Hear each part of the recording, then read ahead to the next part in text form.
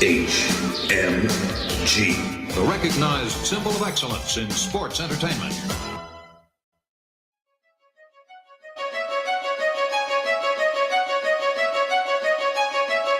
HMG,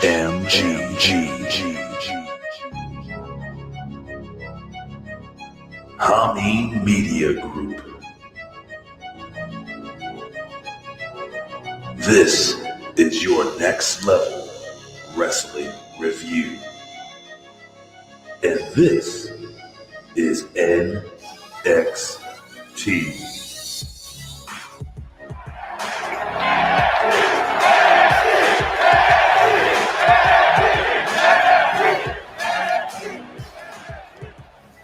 Good morning, good evening, good afternoon, good night. Ladies and gentlemen, I'm going to tell you straight up. I feel like shit. I have a bad cold. Not COVID. I don't think. I don't even test anymore. I don't even care. If I have it, stay away from me. But no, not feeling that great. So this may not be a long show. I'm going to do the best I can. I will be wheezing, sneezing, coughing, and heavily breathing. And if you don't know who I am, ladies and gentlemen, I am the reporter, the people, the man with the plan, Big Ray, here to stay to talk some lucha libre, which is your Spanish lesson for wrestling today. But I'm not alone, ladies and gentlemen, because if I was alone, believe you me, I would not be here today. That's a fact. Ladies and gentlemen, I am here with the 4-time congestion relief on a pole match champion, The Vet. He's a Rip Rogers guy. The Vet. Vet. Rip Rogers guy. Ladies and gentlemen, as I stated before, trying to help me get this congestion relieved. So I need you to win this match and become champion again. He is a Rip Rogers guy. The Vet, Jamie Williams. What's up, Vet? It's like one of those neti pots up there or something. I got to pull it down and then I got to FedEx it to you or something like that. You probably better just get something yourself. I'm sweating, and there's air conditioning on here. I have the cold sweats. It's not flop sweat? Huh? Well, it couldn't be flop sweat because you would have died of dehydration years ago. What the fuck is flop sweat? Oh, boy. No, I don't know what that is. What is that? Oh, jeez. What do you mean? Who the fuck knows what flop sweat is? Well, watch the chat tell you. All right, chat, what's flop sweat? Why, look at this young It's lady. pretty self-explanatory either way, You think? Yeah. Flop sweat. Mm-hmm. That those two words don't even go together. Flop, like falling sweat? Sort of. Maybe metaphorical falling. But you're scaring me, bro. I don't know what the hell you're talking about. All right. Well, I'm just waiting on the chat. Well, while we're waiting on them, nobody knows what it is. What do you say? Oh. Well, wouldn't you know who won the pony? Of course. As Jim Cornette would say. If this was Andre Chase University, she'd be Bodie, and you'd be Andre Chase. That's true. Bodie, she's the Bodie Hayward of our shows. That'd be Elizabeth. Right. But listen, before we even do that, I have a special. Let me take this kiss ass freaking comment down. Frank's Picklebear ass says, "Sweatier than wrestling white power from OVW. Nothing sweatier than that. Ouch. Nothing on earth is sweatier than that. That is the sweatiest. That's stiff. Yeah. Ladies no, and it's gentlemen, slick. It's slick. I don't know if you guys. Soul Bro. I don't know if you guys know this. What was yesterday's date? 23rd? 22nd? Yep. 23rd. Today's the 23rd, right? Anyway. It's the 24th.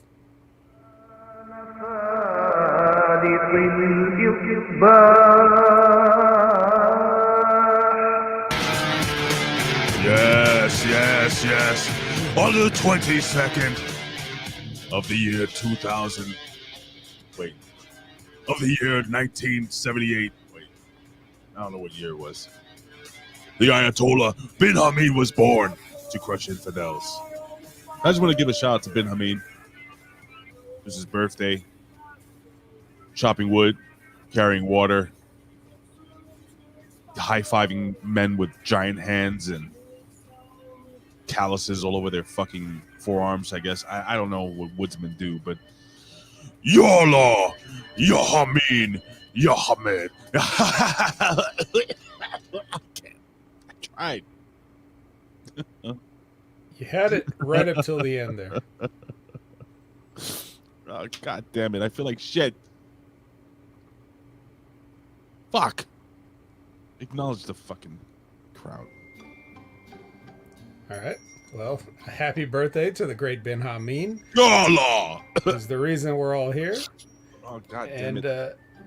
let's go ahead and take a look. All right, Google, what do you got for me? Google has Bobo, Buckshot Kid, Canada Spaceman. A special shout out to Canada Spaceman. You know, he was asking a question in the chat like several shows ago or maybe last show. I don't even remember, but he kept on asking and we kept ignoring him. He was asking about what headphones do we recommend because he needs a new pair of headphones. Oh. I exclusively use the HyperX series. So Is it the now question? Does he want wireless or plugged in? well, if we're talking HyperX, they make any variety of headphone for all super premium tier headsets and affordable budget headsets. So HyperX. I'll tell you what. I've had a number of headsets, and this is my favorite. It's a pair of you see. Yes, the classic Sony black ones that after you have them for a little while, the little pad starts flaking off and everything, and then No, I've had these now for like, hold on, let me see. Zero flakage. I've had these now for well over a year, almost 2 years now. I've been it using takes these. longer than that. Eventually, you will get the flakage though. But let me cough button.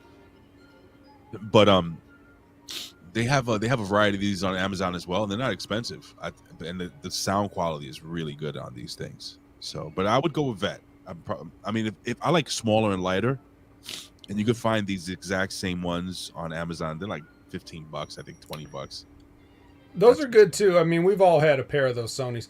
You know what's really good, Ray, is when you can get a headset that doesn't feel like it's clamping down on your ears. Because if you have to wear them for a while, they start to feel sore. Right. Exactly. Exactly. So, but yeah. Anyway, just thought I'd throw that out there because probably thinks we ignore him, which we do most of the time. Colin Wysong is here, or someone on Colin Wysong's account, anyway. Well, Colin, I'm showing you how it's done. I can barely breathe. I have body aches, a little bit of a fever, and yes, I've tested. I don't have fucking coronavirus. Just a bad cold. Nobody asked. But I'm here. Vet. I'm here. Oh yeah. Well, Colin just quit because he didn't want to do the stuff anymore. He's been well good enough to actually perform on the shows. If you've noticed from the A Show starring April Hunter. Interesting. Really fucking interesting. You know who else is interesting? Dan Heffron. So interesting. And Frank's Pickle Barrel Ass, Hammy Award winner. Lab Rat, just a wonderful little rodent. It's always here to be tested upon by. We test his patience as much as anything. Poor guys. Scott Woodford is here. Yes, he is. And the artist formerly known as Lawrence Weaver, aka Lawrence Weaver. He's still Lawrence Weaver. I got a button for Colin whenever he comments. You ready? I'm ready. You fucking mark! Okay. What do you think? I like it. Now, of course, the people that were left off, Lisbeth, we can't leave Lisbeth off, but Google did. So we think more highly of her than Google. Google doesn't know what they have with her. And I suggest they rectify that mistake immediately. Anybody else I'm missing? My boy right here, No, Holtastic. Haltastic was here, and the guy with the name you like to say, not the one, but the other one, the one that comes more toward the almost the end of the alphabet. I don't see it. He was here. Wait, it's not Yohimbo, or is That's it right. Yohimbo? It was. It's him. I don't know if he's still here, but he was here in the pre-chat, chatting it up with some of the chatters. Oh, I see him. Cough button. So I'm hopped up on Dayquil, which is not good for a guy like me with blood pressure. Oh shit. Vet, no jokes. I got to take my blood pressure medication right now. I forgot to take it. Excuse me. Just say hi. Well, I can certainly vamp for Ray while he's taking his blood pressure meds. We can't blame Ray for not being prepared. I'm sure that his brain is all flustered and everything from the sickness and everything. But let's check in with you guys. Everybody in the chat is nice and healthy, right? Like there's no sickness going on right now with you, the beautiful audience. I would dare say that. Sorry. As you can see, I'm not joking. Dayquil. You got to down a lot of NyQuil. That stuff is green gold, says Canada Spaceman. NyQuil is great, but not to do a show. You know what I'm saying? I took some last night. I took the pill gimmick. Hold on, let me just drink this down. And let me tell you something, brother. That shit'll fuck you up, man. That shit had me on Dream Street. I was dreaming weird shit. It's fucking crazy. Hold on. Oh. I don't want my blood pressure go up. Lawrence Weaver says I'm looking lovely and salty as possible. I just have one of those faces, like my resting face. People project all kinds of stuff onto it. How many times have I thought that you were upset at me? Yeah, and it's just I can't help it. Some people come up and they're like, "Oh, thank you." You're welcome. I tend to agree, but people will come up and they'll say things like, "Oh, Vet, are you mad? Oh, Vet, are you sad? Oh, Vet, are you tired? Oh, Vet, are you high?" Like there's a ton of different things that they think, and I just have a resting all those things face. So why is that? What can you do? I don't know. I was just born. You're just born that way? Yeah. Well, listen. I didn't ask for it. It just happened. I got some breaking news here. Ladies and gentlemen, if you guys didn't know, it happened yesterday. Mm-hmm. Yes.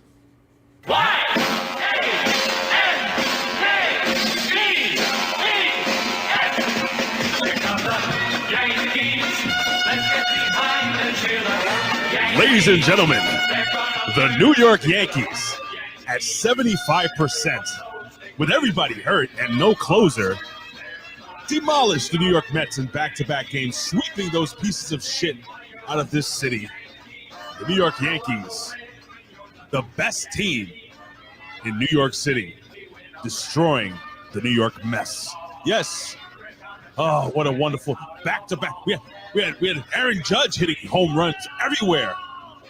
Guys just fucking getting pulled from the minor leagues and just shutting down the stupid team.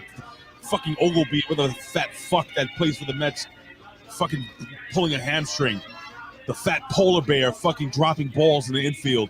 It was wonderful. Say that, Big Ray. I hear that the Mets have the best record in baseball. Is that true? Well, let me tell you something there, Steve. That's a negative. The New York Yankees, they really smacked the old cream cheese out of the bagel. Is that a saying? Well, yes, it is. I mean, they really. What did they say back in the days? I have no idea. It's probably that. Hey, let's send it down to the sideline reporter. Look at the stems on that dame. Oh, they didn't let women anywhere near sports in the 20s. Kidding me? Ah, motherfuckers. It's the 3 count. This is the 3 count with today's biggest stories in pro wrestling, world news, pop culture, sports, and more. And now, back to Big Ray and the Vet.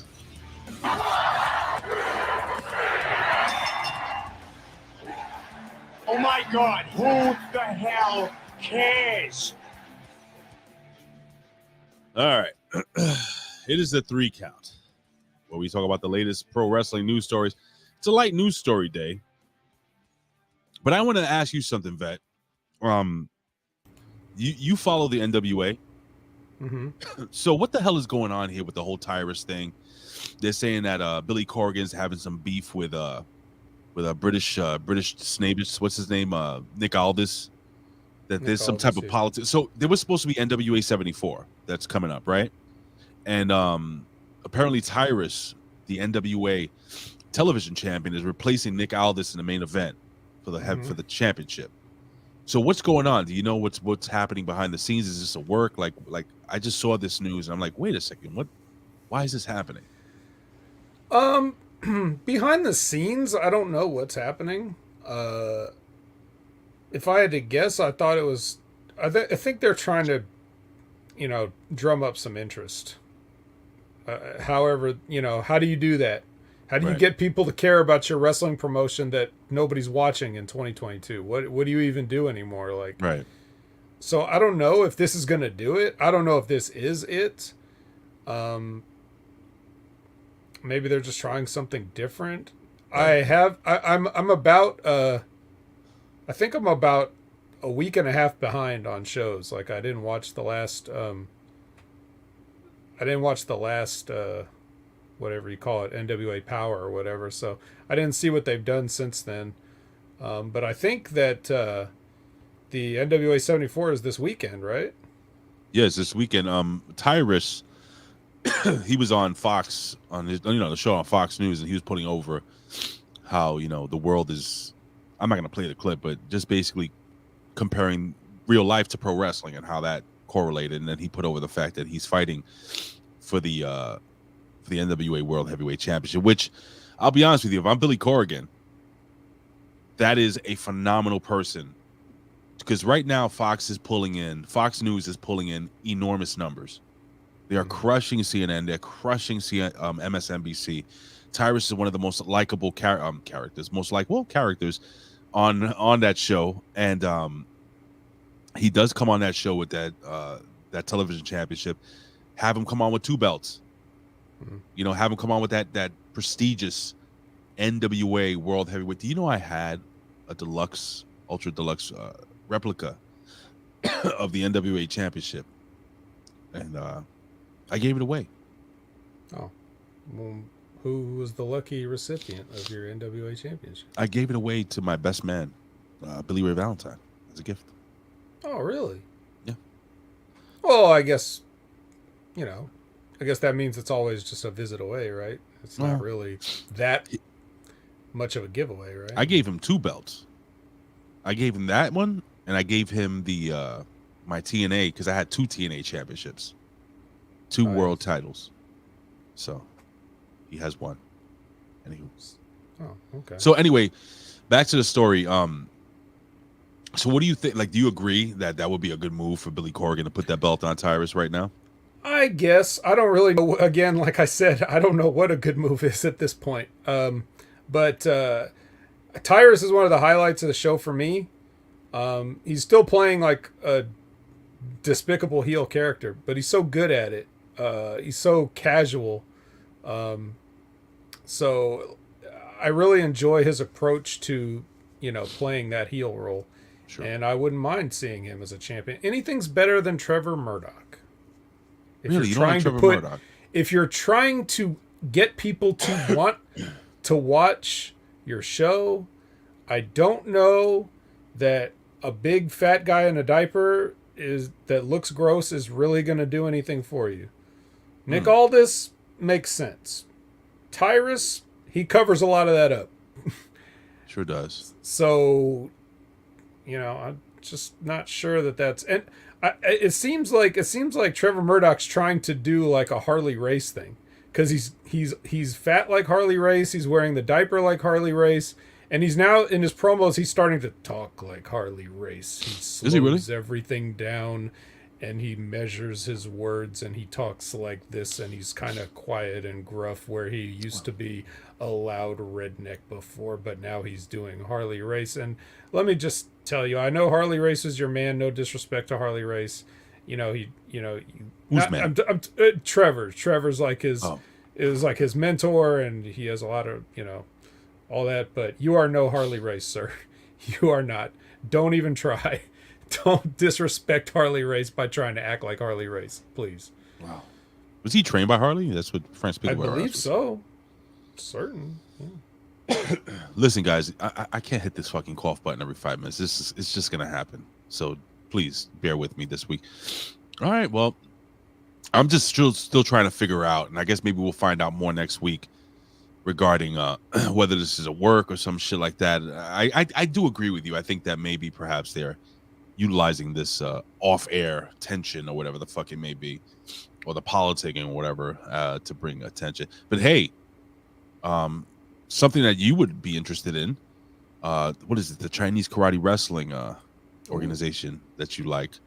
Let me just show you here. Share the screen here. Yeah. This is a design revealing New Japan Pro Wrestling's IWGP Women's Championship. What do you think of that? Is this for Stardom?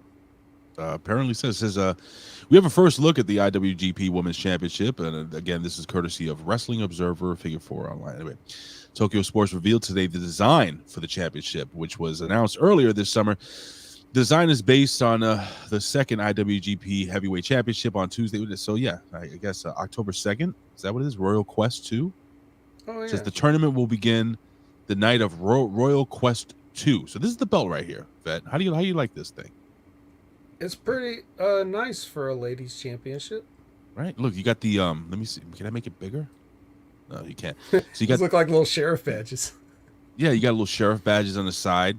You know, you got this looks like a young lady. She identifies as a tough young lady. She's holding a spear for some reason, and she has wings. Mm-hmm. So she can fucking just chuck that shit at you while she's flying over your face. Mm-hmm. Looks like she kind of has like a ponytail or some shit. Maybe she just got up. She just wanted to go to the store, so she didn't want to do her hair. Just wrap it up. And that's for that spear is for anybody who has a comment about it. Yeah. Then we got some diamonds along the IWGP, and then we have some 1990 late 90s tribal going over the top of this thing, or is it fire? It is tribal. Huh. Could be a tribal. Yeah, I could see a guy wearing an Affliction shirt getting a tattoo like that.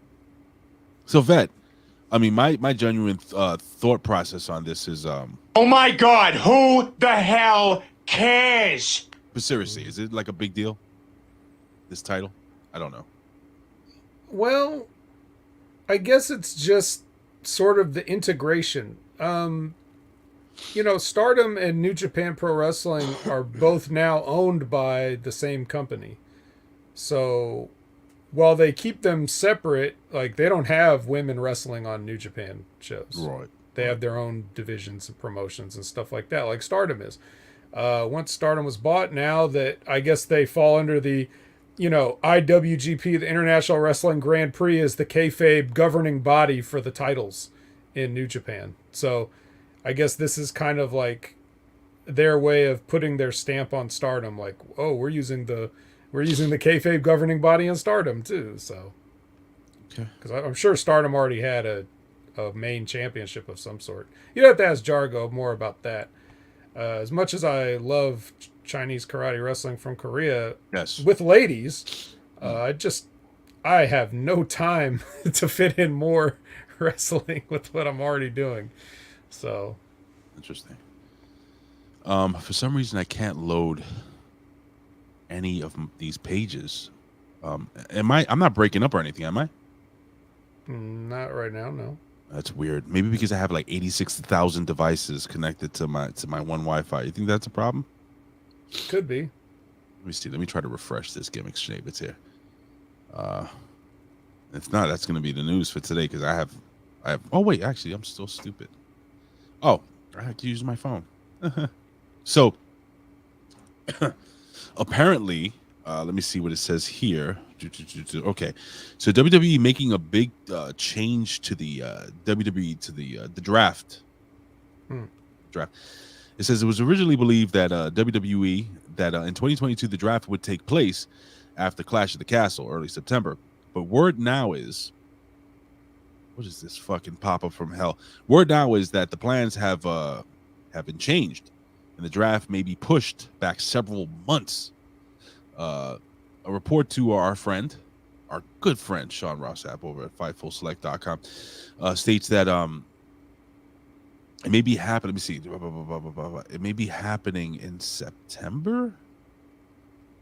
Is that the normal thing? Well, when do they usually have the draft? It's usually around fall time, isn't it? Is it? I think. I don't know. Are they still doing that thing? The draft? Mm-hmm. Why do they do that? Mm-hmm. Why do they do that? The draft? Well, it's supposed to shake things up, pal. Oh wait, pal. that guy's Yeah, gone. pal. Yeah. And they would never do anything. It would just like the draft is a joke. You know what? If they had any balls, they would do a shoot draft. What do you mean a shoot draft? Fucking really put their names in a ball and pick them out, and whoever goes wherever. But here's the dealio. Isn't it right that back in the day they did do more or less like a shoot? Like a lot of the wrestlers didn't know. Oh yeah, JR will never shut up about it. Or at least Conrad will never shut up reminding JR about it. Yeah, he was mad because he got drafted to SmackDown. Who was that? Jim Ross. Yo, this is really bugging me out here.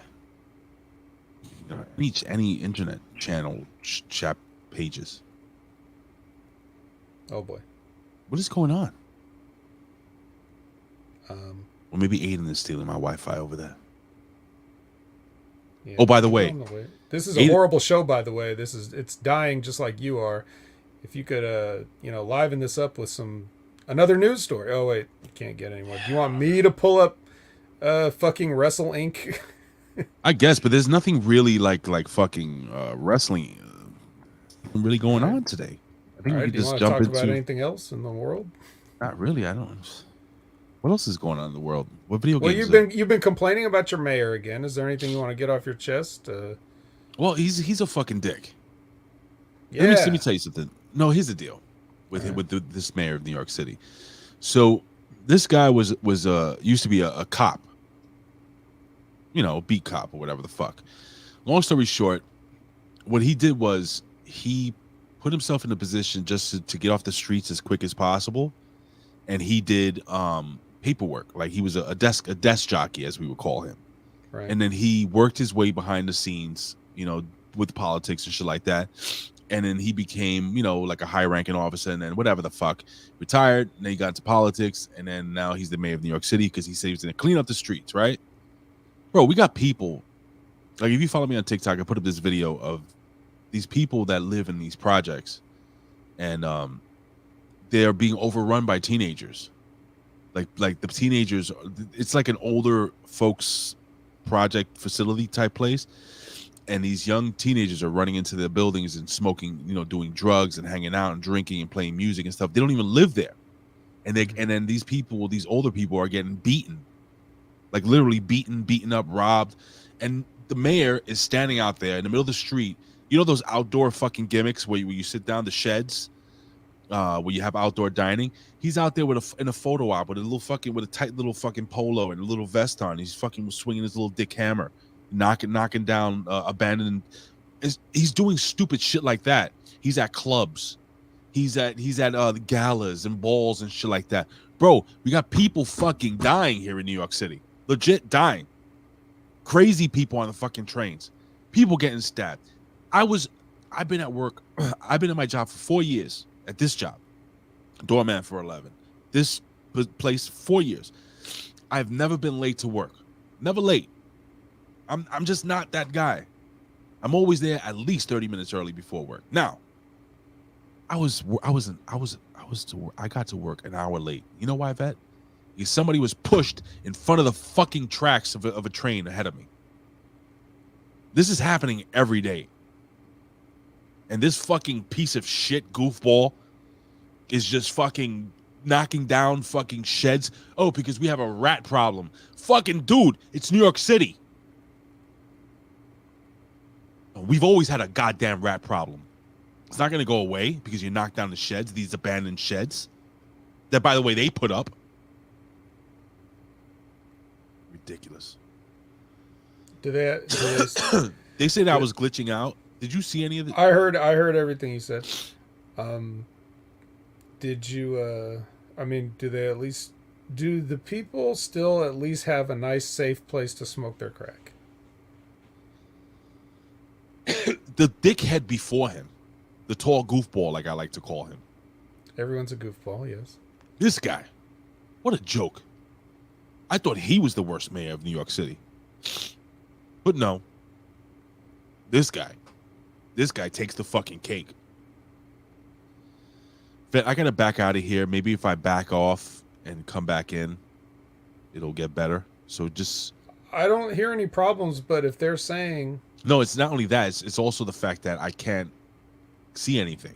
Can't see any comments, anything. Nothing. Okay. All I see is your video. So I'll be right back, okay? All right. I'll hold the fort down. So, now that the Ridiculously Random podcast has been canceled, Ray needs an outlet sometimes to talk about these things that he would normally share on that particular program. So that's what I would like to do. I'd like to offer Ray a chance to get these things out of his system because, he's already got the high blood pressure and everything like that. And the medication may or may not be enough. So we have to give Ray the release. Oh, Ray's back. All right. Okay. I'll deny everything I said if you tell him. I heard you say something about the Ridiculously Random podcast and how, I have a weird looking penis. I didn't say that. You sure? Yes. Oh, shit. Looks like it worked. Whatever I had to do, it worked. All right, cool. All right, so. All right, are you done cutting a promo on the mayor? Or Cole Cabana. You may have heard of him. Like Ben says, you may have heard of him. YOLO. Cole Cabana announces his first official AEW appearance in months. AEW ROH talent Cole Cabana was in the news this past week once again, and again, this is WrestleStink.com. Due to issues between him and AEW World Champion CM Punk, the heat between the now estranged best friends, with some all right, so who cares? Earlier Wednesday, all right, so basically, let me see. Tune into AEW Games Twitch for a special episode of All Elite Arcade. This is where he's making his fucking gimmick. He's while Cole Cabana has appeared at pre-shows, this Punk Hangman Cabana's making what? I guess he's gonna do some press for this AEW game that's coming out over at Gamescom, and that's what it is. Yeah, this game is like shit. You like what you see? Not really. That looks fucking terrible. Cody Rhodes is in the news. Cody Rhodes, yeah, he makes a big claim about his influence on AEW. Cody Rhodes shocked the wrestling. All right, we already know this shit. It says here. Let me see the turn of events, which surprising. Okay, it says while Rhodes has parted ways with AEW, he hasn't forgotten about his influence on the company. The American Nightmare recently took to Twitter, responded to a fan who claimed that Rhodes was instrumental in getting the promotion off the ground. The WWE superstar agreed with the sentiment, though he acknowledged the other people who helped AEW flourish earlier. And this is a quote. It says, "Facts all out there to see. Without Brandon Rhodes, or I wouldn't exist." That's what he wrote. Look no further than some infrastructure in place, or even have half the names of the event. Tony, well, I'm sorry. I was supposed to read that. Where does the quote end? All right, so he's just fucking naming Nick Jackson, Kenny Omega, Chris Jericho, I don't know who, Hangman Adam Page, these motherfuckers. and he's saying that but he says that his influence, I'm going to paraphrase everything, I'm not going to read all this shit, that if it wasn't for him, you know, AEW may have not got it off the ground the way it would have. Do you agree? Nah. Oh shit. So you think without him? I think he was the man. It would have been more or less the same. I don't think so. More or less. I think AEW needed that star. Star. He was a star. He was a stardust. I really never understood why Cody Rhodes in his first, when he did the dashing Cody Rhodes, when he did the fucking scary guy Cody Rhodes with the fucking plastic mask, when he did like all of them, I felt like all of them worked. All of them was money. Like I was interested. I can't breathe, guys, if I sound like an asshole. Like I love Cody Rhodes. I always have. I thought Cody Rhodes is always a star. Even Stardust I thought was going to be a big deal. But I don't get it, man. Comes over to AEW, wrestles a bunch of matches where it's pretty much dangerous. I don't know.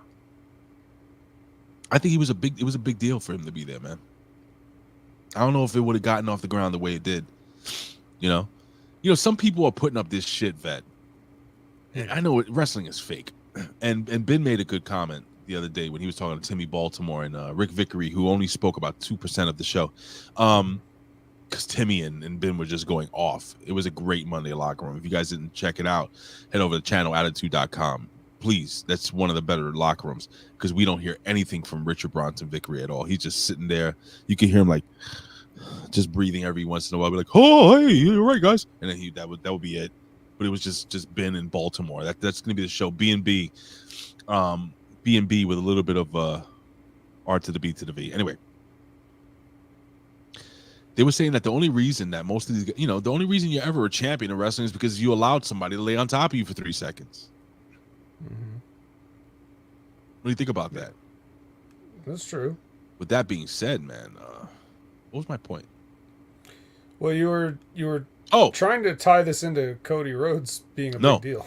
I was trying to that, and also the fact that people have been putting up this shit about fucking CM Punk and how important he is to fucking wrestling and how he's the greatest champion and all this other shit, comparing him to that he has so many more title defenses or whatever, Hangman Page to Roman Reigns. Roman Reigns is the fucking man. All right? To be a wrestling world champion is to be an attraction. That's what Roman Reigns is. And I get on these Facebook groups and you hear these fucking idiots talking about how like it's real, like you know how the Yankees actually won 27 championships in their history. Like it's important that somebody defends their belt on TV. Oh, but somebody said that. Check this out, man. Somebody said that I was selfish. I was a selfish wrestling fan because because my thought process was that a wrestling champion, a world champion, should only defend his title on pay-per-views or special events. Oh, you monster. Right? Yeah, that's what he said. And I said, no, you dick. Oh, and he said there should be no title matches. He says, oh, and I guess there should be no title matches on TV. I said, no, asshole. And I said, asshole. I said, bro, that's what the TV title's for. The U.S. title, the Intercontinental title, the tag team titles, cruiserweight titles. AEW's got hundreds of titles. They got a fucking FTW title. Those are the belts you defend on TV weekly. Am I off? No, you're not. I don't think. That's the old business model. Was you would get to, you'd watch your afternoon wrestling, and you would see your squash matches, and then you would hear maybe a promo from the champ, but you weren't going to see the champ necessarily put that belt on the line, on a regular TV match. The whole idea was that the TV shows were a commercial to get you to buy a ticket. And then when you went and you bought a ticket to a live event, then you'd see a Hulk Hogan put the title on the line against a Killer Khan or whatever. And then you see Ric Flair put the title on the line against, you see the things, but the TV is supposed to be a commercial for T-shirts, tickets, and toys. That's what the TV show is supposed to be. Now, Do you agree with this comment, real quick? if Cody wins the title, I have a feeling he is going to start to preach the same garbage he spoke on the mic in AEW. Nothing interesting. I have a feeling Cody Rhodes is going to have a harder time winning that title now that there's new management. But that's just me. So, I could be wrong. do you agree with Mr. King of Huerco Mundo? Ooh, Ecomundo. That's a nice name, by the way. Dumb comment, but nice name. I'll read this one. It says, Roman is a look, nothing else, to get all the sales from men, gay men, women, and kids to buy merchandise. And Roman had no wrestling talent. Shit. He coughs when he gets hit. Does that make sense? I think Roman's actually a pretty decent wrestler. Yeah, he's all right. He is a lot of look, but I think that is doing him a disservice to say. Wasn't Hulk Hogan a lot of look? Yeah. I'm just saying. Wasn't Andre the Giant? Wasn't his career based on being a look? Yes, he looks like a giant.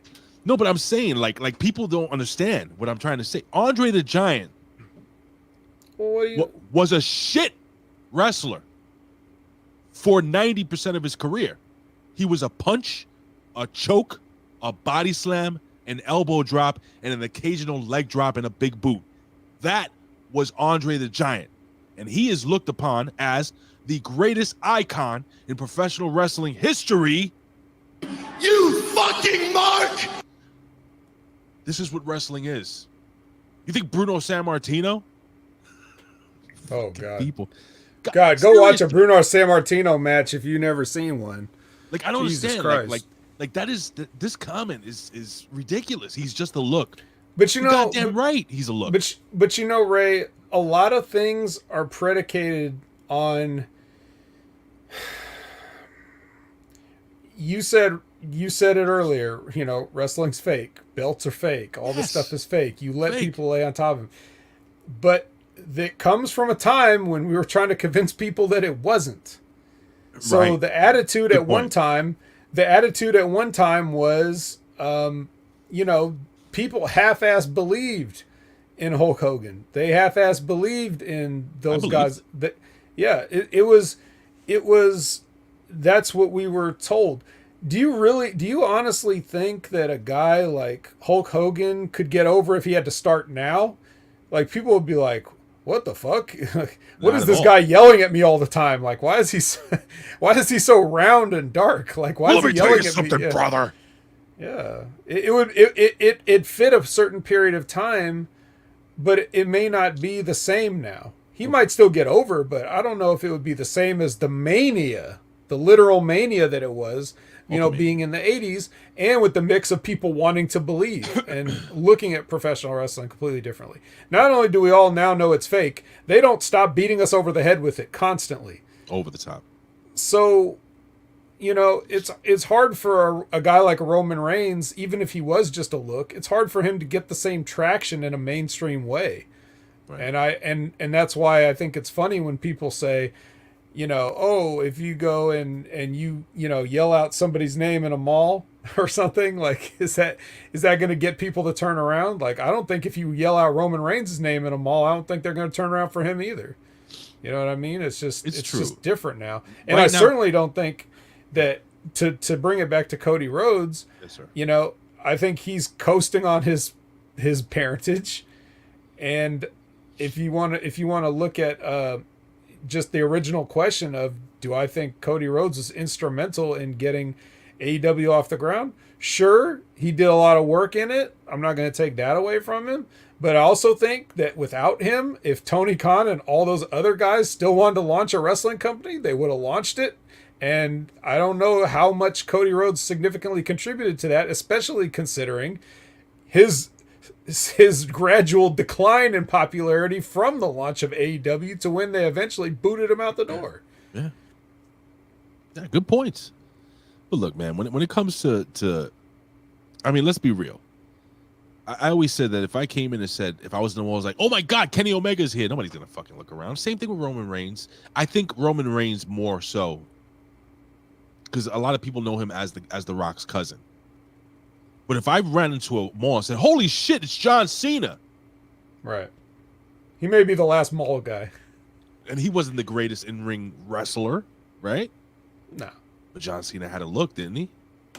Yeah, well, John Cena knew what a good match was. He just was a little, he just had a little weird, goofy, a little clumsy, his mechanics were a little, but I agree with this, Yohimbo. Roman Reigns greater than Jason Momoa. that's true, except Jason Momoa was first, so now people are going to think. Word. That's facts. But anywho, man. And listen, just because I don't agree with the comment from the gentleman that put it up, by the way, epic name. I really do love that name. What was that name again? Hueco Mundo something. It was King of Hueco Mundo. Isn't that Mil Muertes? I love that name. That's a great name. Even though I don't agree, here's the best part about being a wrestling fan. Nobody's wrong. No, people are wrong sometimes. But They're quite honestly, wrong. Here's the thing. Many times, yes. Here's the thing. Even though I genuinely think that AEW is booked like shit, that Hangman Page shouldn't come out with fucking butterflies in his pants. You heard the whole thing. I listened to Jim Cornette. I listened to everybody. He wasn't booked to do that, though. Yeah, no shit. But there are people that like that. And it's okay if you like that. Doesn't make it right, doesn't make it wrong. This is your opinion. All we're doing here is talking about it. The vet is the opinion haver. And most of his opinions are based on facts because he's been in the business for many years and he's wrestled on TV and he's been trained by legends like Rip Rogers, Al Snow, right? Not so much Al. But so I would take the vet's opinions over most people's opinions. Thanks. You're welcome. I'm just stating a fact.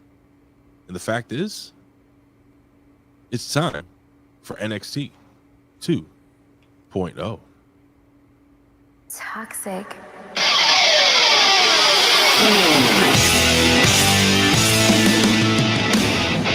Oh, yeah. It's NXT 2.0. That ain't even the song no more, is it? Oh, I don't care. Yeah, it is. This is the remixed, what do you call it? The high definition version. Well, this is what it sounds like. I see. I see. Like this with some internet hiccups also thrown in. Oh there. yeah. Yeah, when Mandy came out, I didn't hear that song, did I?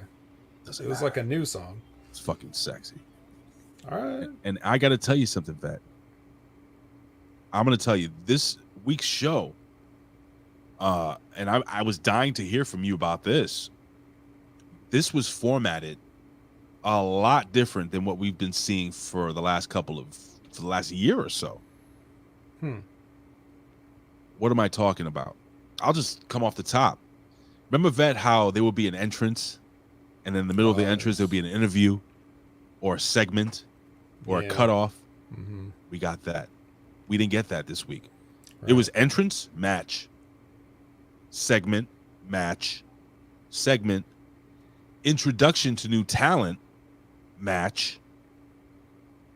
Like they would introduce a talent, tell you where they're from, tell you about them, and then they would fucking wrestle. Wow, what a fucking concept. I love the ebb and flow of this of this show. I'm gonna tell you something, Vet. I've been saying this. It's NXT has been a little stale, obviously, for the last year and a half, whatever, silly, terribly booked or whatever. This was one of the best NXT shows I've seen in a long time, Vet. And I know you may disagree with me because maybe there are things that your veteran eyes see that I didn't see. But I found myself enjoying this a lot. And I'm gonna say something right now. Don't say I might get thrown out of this show. Don't you NXT 2.0 was better this week than Impact Wrestling. Was better this week than AEW Dynamite. Was better than AEW fucking the other fucking show nobody watches, Rampage. I think NXT 2.0 was better than Raw. This may be the second best wrestling show this week. Have a cold. Well, I assume for some of those you meant last week's, right? Because they haven't happened yet. Yeah, you know what I mean. So of Raw and NXT. Of my NXT wrestling might have week. been. Let's see. Okay. Well, So let's that- go through it together and Please. find out. Let's do it. We're going to start with a recap of Heatwave, just in case, you didn't see it. A little something to catch everybody up. Yep. And then we get Junior in the ring. He's going to come out. He's going to grab a mic. He's going to start talking. I wonder if he's going to be interrupted. That's what I wrote down in my notes. But it turns out that he was not so much interrupted. No. He actually invited Tyler Bate out to have a civil, gentlemanly discussion about, sports. Right. Eventually, they, exchange pleasantries and decide that it's probably best if we just unify the titles at When Worlds Collide, which we've not heard of until right this moment. So, what do you think about a title unification already? Well, here's the deal, man. I like the fact that they didn't work around anything. They just straight up said, "Look, NXT UK is over. It's done." And Tyler Bate, I'm the first champion and the last champion, so we might as well combine these championships. So I liked it. I thought it was good. Tyler Bate, it's a tiny individual. He's very wide, very thick. But that kid's got, I thought he has tons of charisma, that kid. I wish he was 6'5". That's all I kept, I kept watching this kid in the ring. I'm like, God damn, I wish this kid was at least 6'2". But I could see how he's very popular. Good looking guy. Exudes charisma. This was done well. I thought. What did you think of Junior's? Because again, this didn't seem to be heavily scripted. The promo between these guys. Do you think they both held their own on the microphone? Yeah, both of these guys don't have a lot of flavor to them per se in Right. that department, in the personality department. So they're fine. They did fine, I guess. But not everybody has to be Dwayne Johnson. In retrospect, if you really think about Dwayne "The Rock" Johnson, his promos, even though he is really good, I mean, people were popping over him calling somebody a Rudy Poo candy ass. I mean, Dusty Rhodes was talking about hard times. Yeah. Who do you think's the greatest promo of all time? Shit. I don't know. There's a lot of great promo guys. It ain't The Rock, though. That's for It's sure. not The Rock. It's not The Rock. It might not even be Dusty, but You think Dusty's Hulk up Hogan's up there? there. He's in the top something. I don't know what. 20? I'll give you a name who I think is in the top 3. A lot of people Okay. may not. Arn Anderson. Is Arn Anderson's promo? No, Arn Anderson's a good promo. I'm not saying that. But is it because you don't think about him because he's kind of off to the side that he stuns you with his goodness? Yeah. Yeah, I maybe. think that's part of it. He's just really fucking real. Like he's a guy. Because when he used to talk in the microphone, it was just like him talking to you at a bar, and you guys are having a conversation right before a fight. Very good. What Yeah. I do have ADD. We'll ask the other people what promos they like. I'm seeing someone, Ric Flair, of course. Jerry Lawler was a great promo. Jerry Lawler's good. Jake Roberts good. Jake the Snake Roberts. Yeah, Roddy Piper. You can't forget Roddy Piper. Yes. Bobby, if you want to go managers, Bobby Cornette, Heenan. Obviously. Bobby Heenan, obviously. Do you remember when that was their whole job to cut promos, so they better be decent at it. Do you remember that hot promo when Jerry the King Lawler? It could never survive now when he called Goldust a flaming fag. Yes. Yes, Ray. Even back then, the fans were like, whoa. Mm-hmm. Playboy Buddy Rose? Great worker. Don't remember a Buddy Rose promo. I couldn't tell you I remember that promo he cut on He's good. Russo. Russo's a good promo. Who? Vince Russo. Paul Heyman. I'll take it way back. You know who's a really good promo? Buddy Rogers. Buddy Rogers. Buddy Rogers was a good promo. Couldn't have happened to a nicer guy. Yep. Freddie Blassie, you know? Freddie Blassie. Superstar Billy Graham. Oh my gosh. Terry Funk. Terry Funk was a very good promo. Did you ever see the Greasy Floridians promo? No, Where I he have pours not. He pours the can of motor oil and dirt on his head so that he's like, I just want to feel what it's like to be one of you greasy, disgusting, dirty Floridians. I want to be one of those. Yeah, dude. Jimmy Valiant. Yeah, you got a lot of great Goldust. Goldust. That's a good one, Era Ben Shlomo. Goldust was a phenomenal promo. So, all right. Well, anyway, neither of these guys are any of those. Rick Rude. They're not going to ever approach the levels of greatness that we just discussed. But whatever, they're going to try to unify the titles at Worlds Collide. Oh yeah. And speaking of not ever, we get a package for Gallus, okay, to catch everybody up on who these guys are, and then they enter. And Ben Hameen, of course. Yeah. He's a good promo. Forget. You know who's a really good no promo? shit. No, we're not just saying that, bro. He's a You really guys, fucking. dude. Even it's not even a promo. He just, if you sit a microphone in front of Ben Hameen, he can talk for 5 minutes straight. Yeah. If you don't believe Trust me, I've worked with him. I know. Yeah. Go watch him. Greek God Papadon is a good promo sometimes when he's not choking on a what do you call those things? A gyro. A gyro.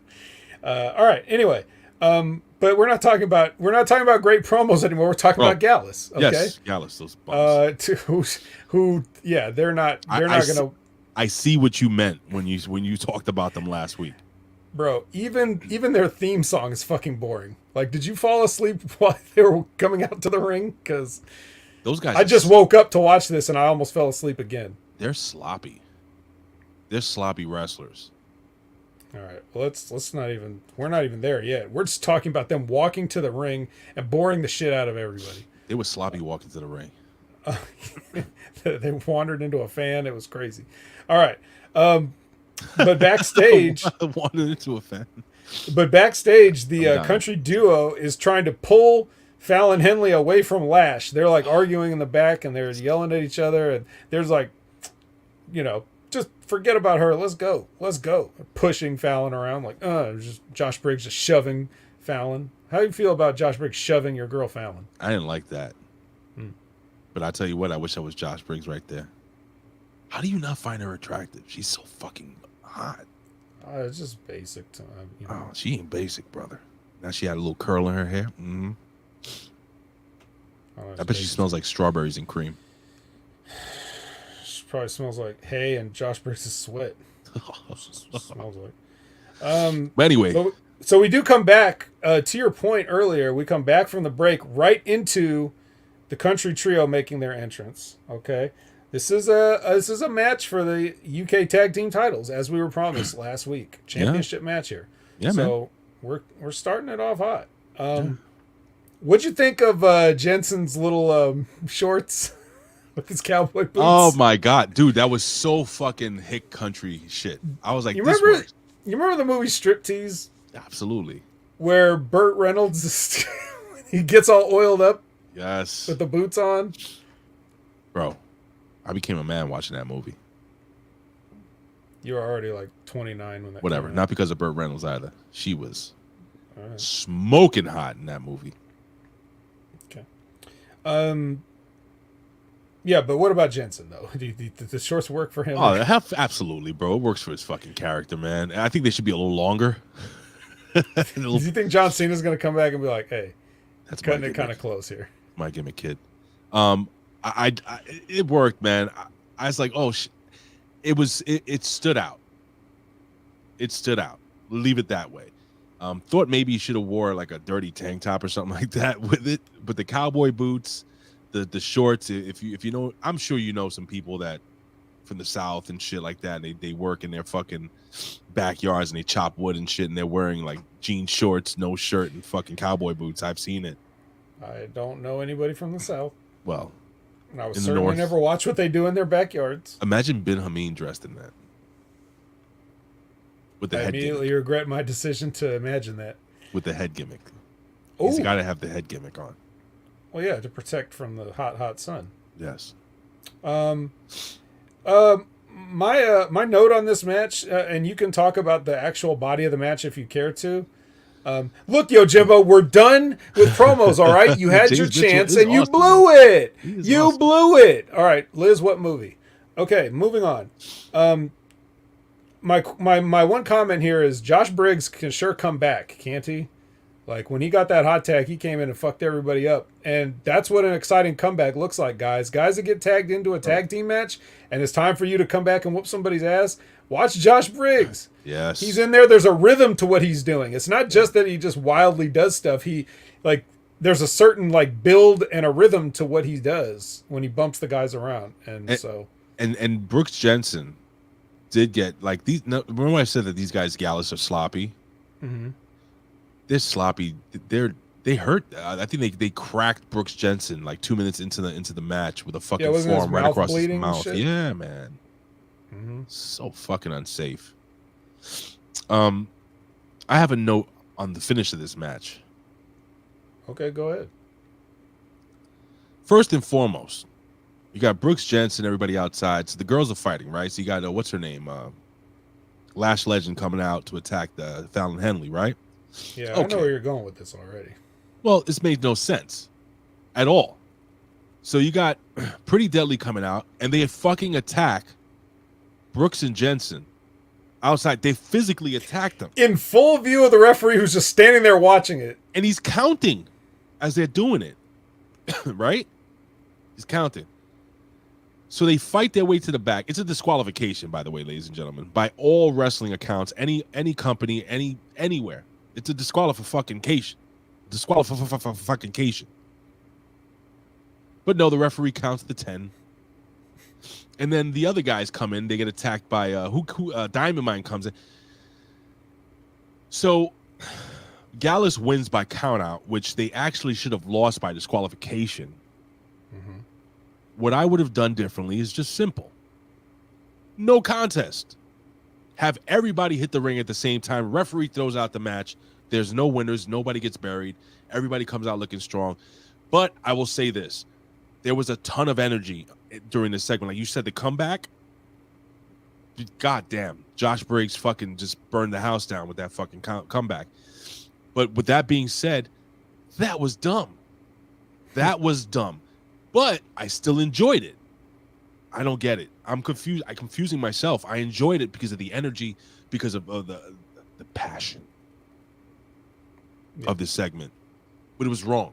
Wrestling-wise, wrong. Right. That's also because, again, this kind of that I think the psychology of what you just said ties back into what we were talking about earlier, where the fact is like we know that wrestling's not real. So we're looking at like what are the things that we enjoy about this whole segment here.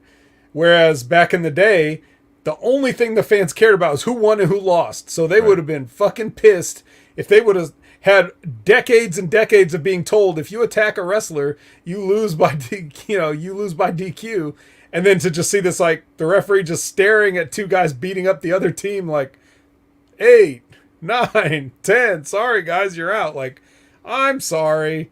That's not how it works. No, and I don't know how that something like that can even happen. Yeah, you know, we may have to this guy, what's his name? The guy that What's your name, fella? Triple H. right, that guy. He's gonna have to fix that up. It's Little Shawn Michaels' inconsistency. problem now. Oh, okay. Yeah. Well, I don't think. Yes, boy! Right. So a shout out to Baba who got the correct answer before Liz. Liz must have been indisposed, otherwise I'm sure she would have beat him. But She was just putting Copland. her socks on. Yeah, Copland stockings. is the movie. Yes, Cockland? Copland. It's a land full of cops, like New York City should obviously be. I'm sure if you looked up Cockland, that's another movie. Yes. Just saying. Yes. It would be hard. It wouldn't be I don't think for you and I and maybe some of the other people here that would be a favorable porn parody because there were very few women in the movie Copland. So I think the porn parody would probably be all male affair as well. Well, maybe the fans of Roman Reigns would appreciate it, as the gentleman earlier stated. Maybe so. Okay. So please put a cap on this segment, please. I mean, it sucked, like you said, the ending, but I think and Gallus is extremely boring, and the only thing that saved any of this was Josh Briggs' comeback. And to your point about them being a little rough and sloppy in their ring, it's like, that's just those fucking guys. They're like, I'm from the UK, I'm tough, this just real to me and all that fucking, you know what I mean? Like, we're Scottish. Yeah, I'm gonna smash them in the mouth and fuck them. Like that. Whoa, that fuck. That whole thing. Maybe I worded that incorrectly. A little bit. That was Very nice, very evil. I should have punctuated that differently. Should have been like, smash them in the mouth, and if they don't like it, fuck them. Like that kind of fuck them. They might fuck them. I don't know. They are from Scotland. Okay. Don't know. I'll have to ask James McIver about that. Anyway, what? It's from Scotland. Okay. I'm gonna go on the Smack Attack this week just to bury Gallus to Jimmy's face. See what He's he a says, fan see of if them? he can defend him. I don't know if he is, but he is. He might be a homer for him. Can I say something? Sure. Real quick? Because right now, what we have right now is a teachable moment on how to introduce, in my opinion, a talent on wrestling TV. Because what we have right now also is... Somebody say Andre Chase? No. Again, no one said that. Real quick. Hey, that guy's back too. I was happy to see the kid back, man, in the ring. Were you? I really was. I was happy to see him in the ring, back Johnny wrestling. I was actually hyped about that. So, hey, what's up, Jerome Hall? Jerome's in the house. So go ahead, man. Kick it off. We get Chase U and introducing a new wrestler. Yeah. Well, right before this, I didn't want to give you miss an opportunity for you to say somebody's name that you like to say. I missed Grayson Waller. Yeah. It's just him. Yeah, it's just him berating a producer real quick. Nothing major. This is gonna be my background from now on, by the way. Yeah, he did. It's nice.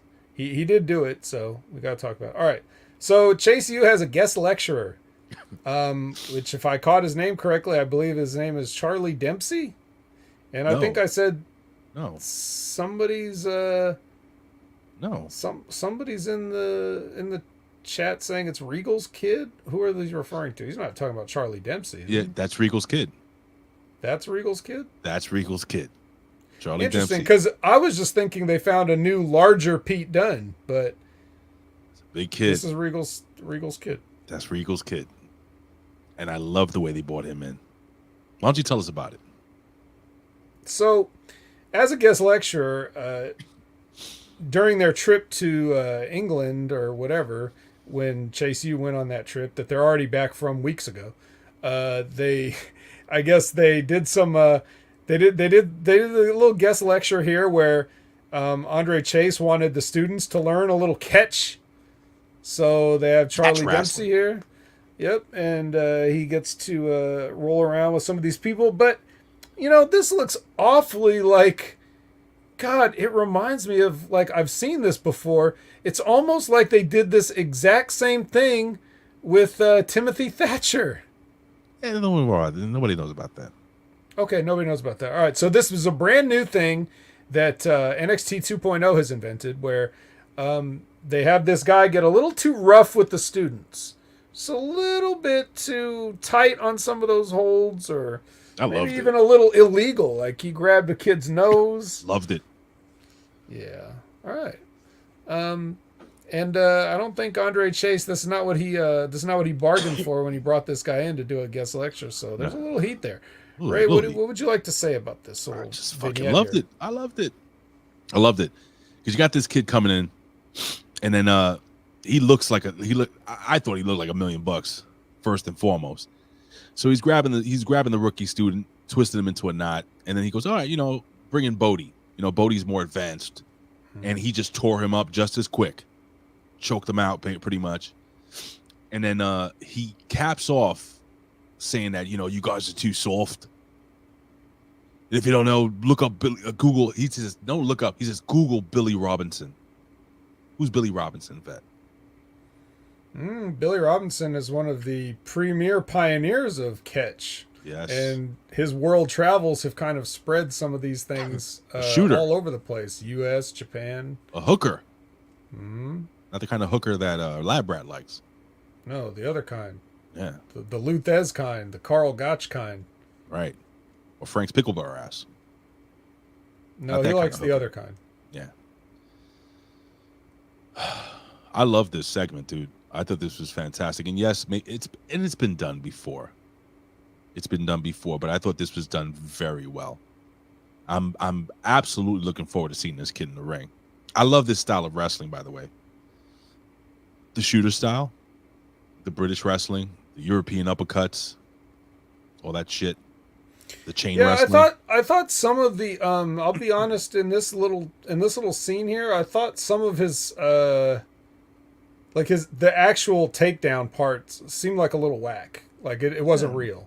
Well, so I would have liked to have seen him do like a good actual catch move or something to like. No, you gotta be safe. You can't be Gallus. That's true. So far, it's more important to be exciting than safe. So far, we're about 25% into the show. How do you like the way the show's being put together, like the flow of the show? Well, other than Gallus bringing everything to a screeching halt and just killing all the momentum and putting us all to sleep and everything, like, this is like starting over after now that we're done with Gallus, like we're starting the show actually. So we could consider that like a pre-show or something, I guess. But it's now time for your background's sake. You want to say it again, right? My what?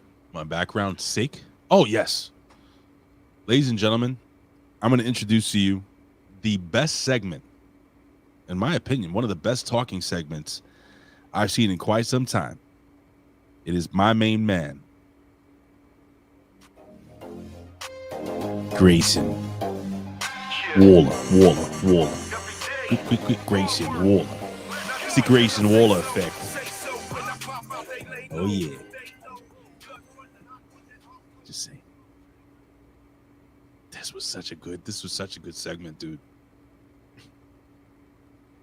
Such a fucking good segment. Interesting. You didn't find this to be very good? Bro. All right, I gotta hear this. I'm gonna sit back. Go ahead. So Grayson was good. And the set Apollo wasn't bad. He wasn't great. He wasn't bad. The set was fine. Oh, come on, man. All right. But whoever wrote for Apollo's half of this should be released. I think they wrote for him. That's the thing. I think they did. But even if they didn't, then he should be released. Like, for example, like when the part where Grayson asked him about the accent, that was, I was like, oh, okay. What are you going to say about that? Right? So he says, this Nigerian accent.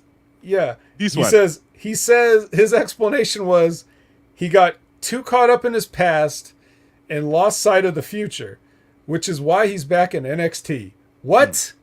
What do you mean why you're back in NXT? That's the past again. Oh. This shit don't make sense, bro. You got to make sense of this. Yeah. Maybe he did. Maybe he did come up with this off the dome because it didn't make no sense. I think he came off the dome with it. I think this whole segment was off the dome. And I think Grayson Waller did a phenomenal job at getting in hold on, cough button.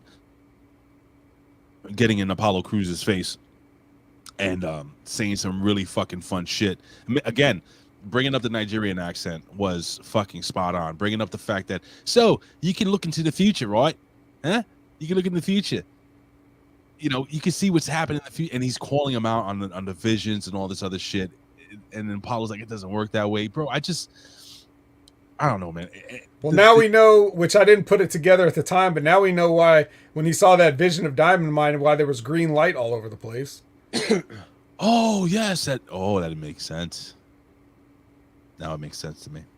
Cough button. So, I gotta be honest with you, Vet. I still feel like shit, but I feel better doing this show.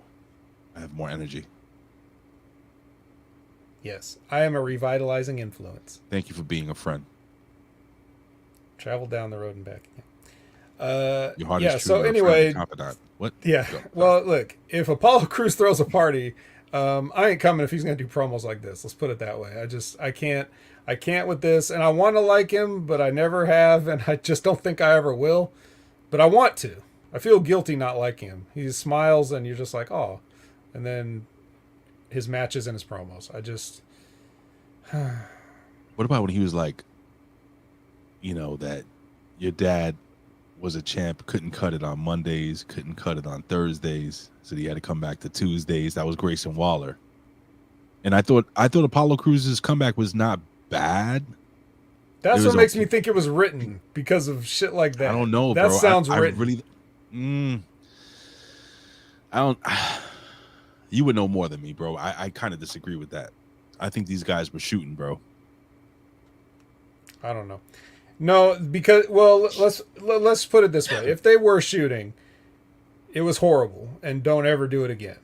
Because you are a boring person. I liked it. That's the best, really. So the stuff that Grayson Waller was coming at Apollo Crews with, and Apollo Crews' lame comebacks to that, like that's what you would do if somebody was saying that shit about you and your family.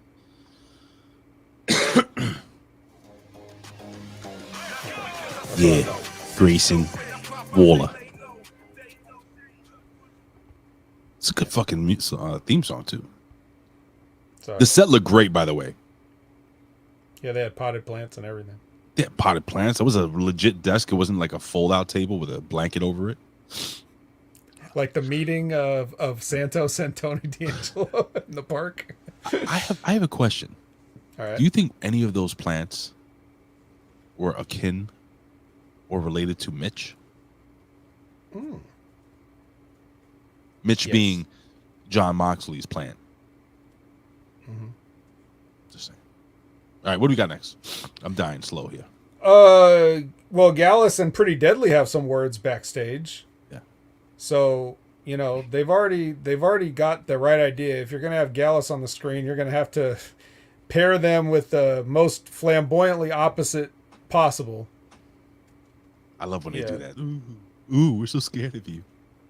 Yeah. So did you like this little Yes. interaction? Except for the That was the part? most interesting Gallus was all night. Yeah, I don't know. I couldn't tell you. I couldn't recall one word they said all night. So you got the two bigger guys, the tag team, right? The brothers. Who's the little short fat guy in the middle? No, the short fat guy is another brother. Ugh. I don't like that guy. Like the coffee brothers usually don't team up. It's like Joe Coffey is like the main guy. That's the one that didn't have a match tonight. He's like the main singles guy. He's the one that was competing for the title. He goes, oh, there's a good. I think I may still have it saved on my phone. Maybe I'll send it to you. There's a good video I took of Walter powerbombing his fat ass on the aprons. I was like, ooh, I'm saving this. But anyway, yeah, he's like their main guy, and then his little brother Mark and Wolfgang are the tag team. Okay. All right. All right. Enough talking about them. I don't ever want to talk about them again. Is this the last time they show up? No, they'll be here next week. No, I mean, but on this episode. By the way, the pay-per-view is, or the special event, whatever the fuck, War of the Worlds or whatever they call it. That's this Sunday, right? No, I think it's 2 weeks from now. Okay. We get a Tyler Bate package. So just in case you didn't know who the big strong boy is, we can catch you up. Then we get Mackenzie is with the Stone Ridge, and Ridge says Tyler Bate won't even make it to Worlds Collide. Mm-hmm. So, see about that. Yeah. Any thoughts on that promo? Or Good promo. all right. Then we get your first look at Javier Bernal. Ah, You know that guy. that guy, The guy backstage. Mm-hmm. The guy backstage with smart ass comments. Now taking on Cameron Grimes. Cameron Grimes. Yeah. Sorry. We get Schisms up in the crow's nest watching, and they're like, "Good luck" on the microphone. Yeah. It's very weird, Very creepy. gross. Yeah. Yeah, I don't like it. I don't like that name. Chisholm. Yeah, I don't like it either. Well, anyway, speaking of good luck, Javier Bernal had the good luck not to get paralyzed on that backdrop. Are you fucking kidding me? What a dick. Both those guys should be fucking ashamed of themselves. No, it wasn't. I don't think it was. Well, you'll know better than me, but I don't think Grimes was out of position. Okay. All right. If you're going to throw a guy up over right. your shoulders and have You're it right. rotate, you got to be dead center. Okay. But That's fair. he was already coming at him, and it's both their faults. Like, Now- they fucked up the spot. Can I ask you a question? Sure. Did you not feel that Cameron Grimes got a little upset at that spot and that finish when he hit the cave-in was a little stiffer than usual? Maybe, but he didn't have any right to. Okay. So they both fucked up. I think so. Yeah, well, I mean, the kid is obviously not ready for prime time. But so people look at NXT as like the developmental. This is where kids go to learn. They have a show before this that comes on after SmackDown called Level Up, which is where Javier Bernal has been. Right. And it looks like he still belongs on there until he can, learn how this shit works. But I tried watching that Level Up shit, by the way. did you? I tried. What was on the episode you watched? What was on it? There was a tag team, two African American gentlemen that looked to be. I know who you're talking about. They're big and jacked, right? Yeah, I like those guys a little bit. One guy wearing like a tactical vest. Yeah, I kind of liked it. I like them. I wanted to see what's his name, big Fancy Pants Jones, the gay wrestler. But I got bored. Quincy Elliott. Yeah. But I didn't finish the episode. I got bored and I got busy at work. He had a scooter. I think you rode one of those little scooters out last time. Scooter. Yeah. You can wear two like scooters. The one that's like a small razor scooter, but it's like powered. I think he had one of those. He could strap one to each foot, use them as rollerblades. He could have, but he didn't. No. So yeah, but anyway, this whole thing was just a thing to get Cameron Grimes and Gacy like being weird with each other again. And Javier Bernal was just the casualty, which he was almost a casualty, literally, in this ring. No, Quincy. I'm sorry, Yahimbo. Quincy was on Level Up. He's going to be coming to NXT, I think, in a week or so, as a regular wrestler. We're talking about Level Up or Next Level Up, whatever the fuck they call it. Yeah. Sorry. Now we get a Blair Davenport package Mm-hmm. to catch you up on Blair Davenport, if you don't know who this is. And then we get Indy Hartwell. She's doing her entrance. She's got her new thing is the thumbs up, where she, like, instead of high-fiving or fist bumping, she gives you the thumbs up fist bump. That's, of course, that's the Dexter Loomis thing too, so that makes sense. Somebody tried to no-sell her in the crowd, and she was like, you better fucking give me a thumbs up. Do it. Do it, asshole. I like that. I like that she did that. That's the best thing she's ever done in her entire wrestling career, was that moment where the fan refused to fist bump her and she made the fan do it. Second best thing, because we're about to see the best thing she's ever done in her pro wrestling career coming up. No, I include this in that. Okay. So her husband's back. Her dad is also back, like we talked about. All we need is for her mom to come back. Although we may or may not see a Lego later on. So perhaps she's agenting matches already. Then we get an Alba Fire vignette, which is still kind of about Lash Legend, but I thought that was done. Can we move on? All right. Blair Davenport comes to the ring. Mm-hmm. She's got her whole gimmick entrance with the lights on the ring, and she's got something there, bro. There's some money on that girl. So cape thing. I like her. Thankfully, this wasn't too long because it was about to turn into a Javier Bernal and Cameron Grimes situation. That finish. Is that her finishing move? I think it's something. It is now.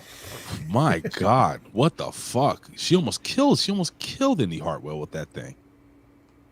Yeah. What was that? Was that like supposed to be like a Al Snow driver? What was Al Snow's finisher called? Death Valley driver? Snowplow. Snowplow. Is that like a snowplow? Or was it supposed to be something else? Because that shit, she landed on her neck and shoulder. I think she wanted to do like the suplex that turns into like a spinning neck breaker. I think Goldust called it like a final cut or something like. Well, Goldust called 3 or 4 different moves the final cut, but the one where he picks him up in a suplex and then does like the twist when he drops. Right. I think it was supposed to be that, but she's not strong enough to pick up all that Indy Hartwell meat, and then she just ended up dropping her early. So, and for a lady, so big girl, dude. Yeah. So if she sandbagged on that even a little bit, then Blair's gonna have trouble. She's not gonna be able to muscle her up. Well, she ain't no Braun Breaker. So anyway, that shit was dangerous. Yeah. Well, anyway, yeah. I guess she survived. Indy survived because we saw her later. Yeah, do you agree? Do you think it was a bad match? I don't think it was a bad match. Labrat says it was kind of bad, but every Indy Hartwell match is bad. So it's pretty bad. Expect? It's a bad, really bad. She's one of the worst. Indy Hartwell is one of the worst wrestlers that you can watch on television. Wow. Sorry. Not worse than Alba Fire. In the ring, yes, she is. Oh, hell yes, she is. But that's not high praise for Alba Fire. So, anyway, basically, Blair is saying she wants gold, Sure. And she's a #1 contender, and she should, get if she can't get the NXT championship, women's UK championship, she'll get the regular NXT championship. And then Mandy Rose comes out, and she's like, honey, you're not going to get my championship because I'm Mandy Rose, and I have a championship. Mandy Rose looked incredible. Yeah, she's Mandy Rose. That is all. So Mandy answers the challenge here and gets in her face, but so also does the final boss answer the challenge. So, who is this Japanese karate fighter from Japan or from Korea? Who's Chinese? Was it Miku Satamura? Yes. Now, how would I do the voice? Would it be the same as Ibush Kota? Yeah. So it would be Miku Satamura. Yeah. I think you're having trouble with the last part. Like wait. Satamura. Yeah, it's just the thing is you have to fade it out because you're falling off a cliff, right?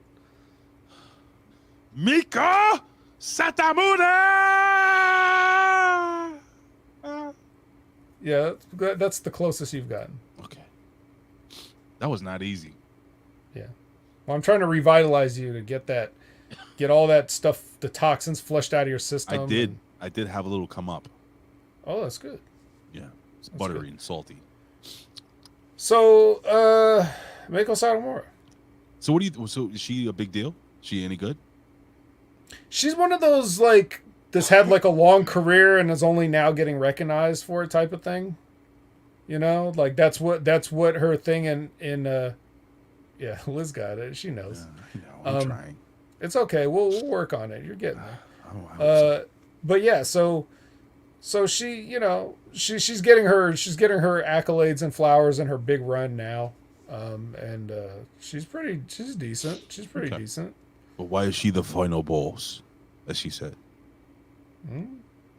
It's just a nickname, It was funny. Why Seth Rollins the architect? It was funny how she was cutting her promo. She's not the worst English speaker, but you did get a couple of what? Even I was like, what? What the hell did you say? Anyway. Yeah. So anyway, that's what we're gonna see. They all stand in the ring and stare at each other, and she basically says, "Triple threat." I did like Davenport, just like, wait a second, yeah. I'm in this too. Yeah. Don't forget about me. I'm a #1 contender. At least they didn't do the. I thought for sure they were going to go with like Mandy and Mako punching her at the same time. I like thought that so too. whole I thought it thing. was gonna be a double super kick or something stupid like Yeah, that. that was something like that. And then Mako said something, and then we were like, "Oh, I didn't get that queued up. Sorry, it is what it is." What? Sorry. All right. Yep. So anyway, yeah, possible triple threat match. Triple threat match. We're going for a triple threat match at Worlds Collide. That's gonna be good. It's gonna be fun. Yeah, it should be good. Next, we get Mackenzie, and she's with Tiffany Stratton, and that hair. Love it. Is Tiffany Stratton your new favorite? I love Tiffany Stratton. She's great. She's like, all right, can we just talk about me now? Oh, she's fucking phenomenal. Yeah. She's really good. Tiffany's she's great. So yeah, this is just a little promo of Tiffany Stratton being herself, and it's pretty funny. So there's that. Then we get a family meeting in the locker room where Tony D is like, "Hey, the past is the past. You guys gotta, do the thing that I tell you to do." Or whatever. I actually have a clip of them talking. You want to hear it? Sure. And what do we got over here? A cup of potatoes? A cup of potatoes? Never gets old. Don't. You guys, you might be able to hold your breath if you're waiting for those guys to come back. They might come back in time before you pass out. Yeah, no kidding. All right, now we get a JD McDonough vignette where he's talking about rehab is even better than fighting sometimes, and he's hanging upside down. I like the guy a lot. I'm telling you that. You like him a lot. Okay. I do like him a lot. I think JD McDonough he's weird. He looks like a short guy, but he's not.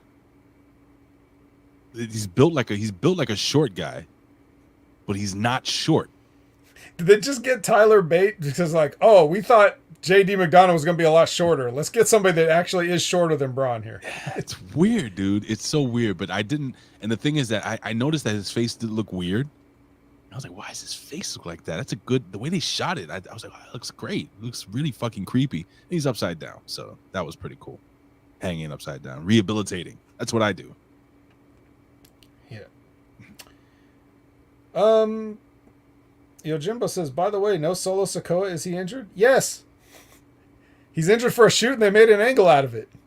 And Cameron Grimes visited him on the trainer's table. I guess Yimbo has been watching. Or listening to the Next Level Wrestling Review. Yeah. Yeah. Right. Where we spent ample time discussing Solo Sikoa and all of his injuries and street light championship fights. He's plugged into a street light right now somewhere, charging up. All right. What do you think about this next little scene that we get in the locker room with Wes Lee and the K Sounds? Just the girls hanging out. No biggie. What is up with this new extra effeminate Wes Lee? Right? I don't know. Where did this come from? You know what it is? You know what that is? That is when you want to bang both the chicks, but you want to seem like you're not threatening, so you start acting all silly and effeminate. That's what it was. Okay. Three-way. That's the only answer I have, dude. Whether it's right or wrong, I think it makes the most sense.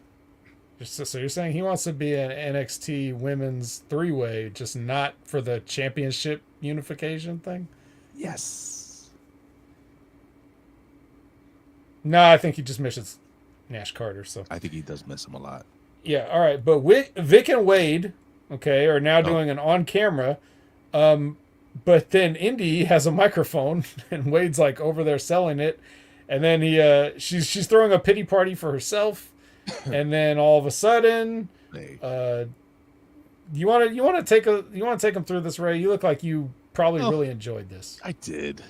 You look like your heart was warmed by this. It was reminiscent of Macho Man and Elizabeth. Pre SummerSlam. What was it? 89. The match made in heaven. When Elizabeth came down and she rescued Macho Man. This was the same thing.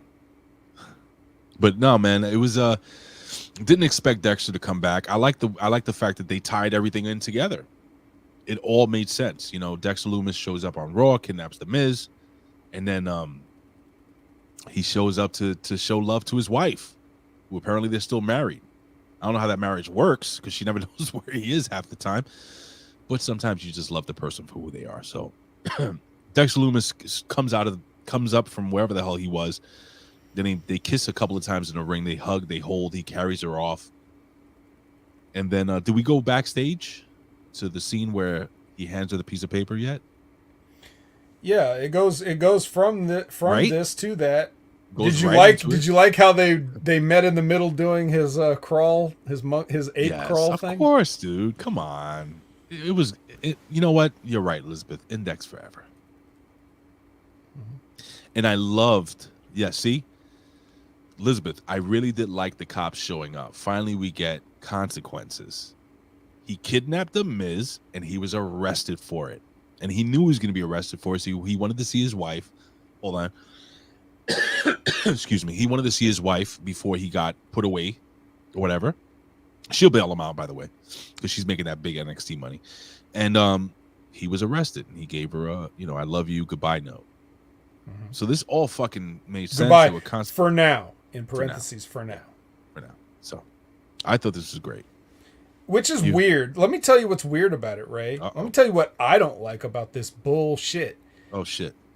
Kidnappings in wrestling are literally a weekly occurrence. But now why is he getting arrested? It's because of What's your name, fella? Triple H. it's making sense now. The consequences. Elizabeth just said it. All right. So anybody else that gets kidnapped from here on better all get arrested. They need to go to jail. Because we're going to remember this. Look, one of the things that everybody's been saying, Russo, Hameen, Stevie, you, me, anybody that has to review WWE products on the brand/HMG shows.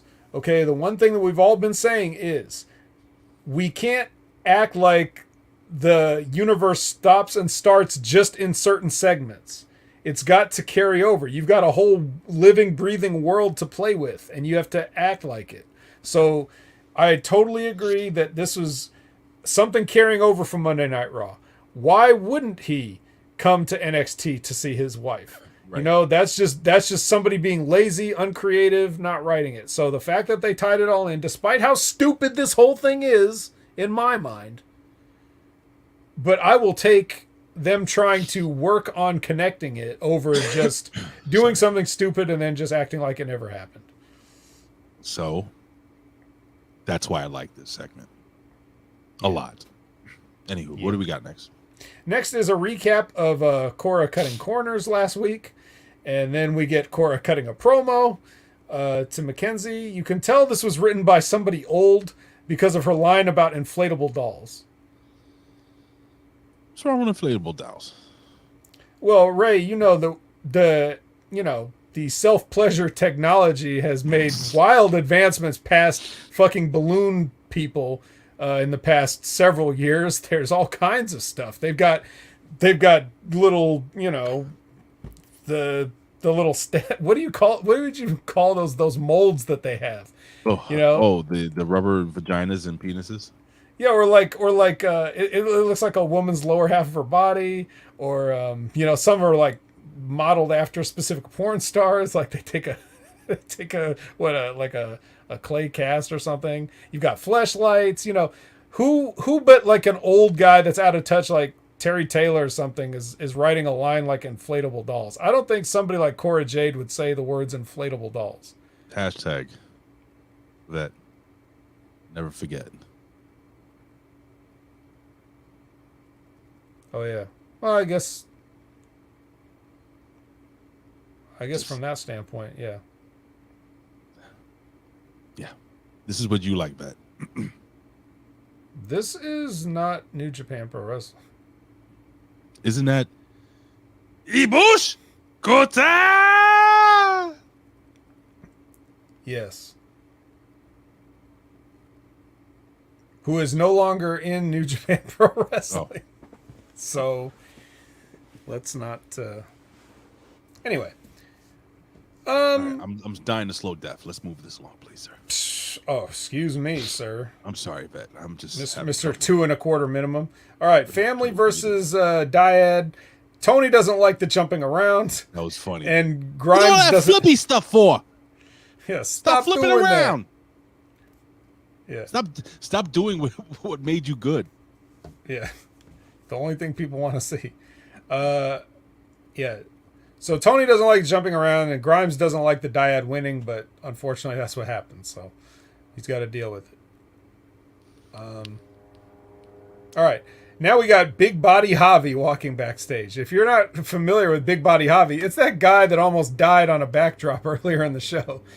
And he's taking a walk, and he runs into some chick. I didn't recognize her. Who was that he mouthed off to? But I would love to find out. Yeah, let's find out. And Jesus. maybe somebody in the chat knows. I bet Lawrence Weaver knows. Hey, can you find out who that hot chick was from NXT? Yeah. But anyway, this other guy, Hank Walker, or this probably, I thought it was Seth Rogen, but apparently they said it's Hank Walker, and he doesn't like how Big Body Javi talks to the ladies. Now, Hank Walker is wearing a polo shirt that says security on it. He's a security guard.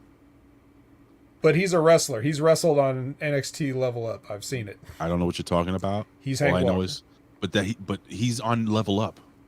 What are they Hank making Walker. over there? He couldn't have a second job. That's fair. Fair enough. He's a big dude, you know. I don't know if it's a security guard's opinion on, I don't know if it's their place to have an opinion on how you talk to ladies, but he definitely had one. So maybe he's like mixing both jobs. Anyway, Franz Pickleborough says Sloane Jacobs. Would you stop it with the Sloane Jacobs? Nobody Who fucking fucking likes Sloane Sloane Jacobs? Jacobs, not even you. He doesn't even like Sloane Jacobs. Sloane Jacobs is that no talent, milky white redhead that was in the tournament, Ugh, not her. the breakout tournament or something. Like What was the name of the wrestler? The guy, the security guard again? What's his name? Hank Walker. Okay, go ahead.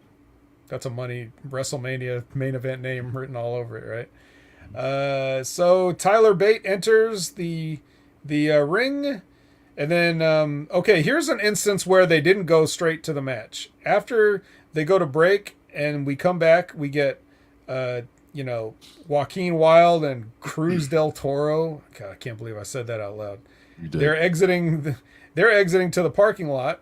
Okay, and then they get picked up by Santos, and he's like, "Hey guys, you didn't think I'd leave without you, did you?" They're like, "Yay, Santos!" He's like, "Hop in," and then they just get in his car shirtless. So obviously, they're getting called up to Raw or SmackDown, which I'm glad. But at the same time, they broke the code of the streets, yo. So, Yeah, true. Okay, so now we get Tyler Bate versus Ridge, who entered during that parking lot thing.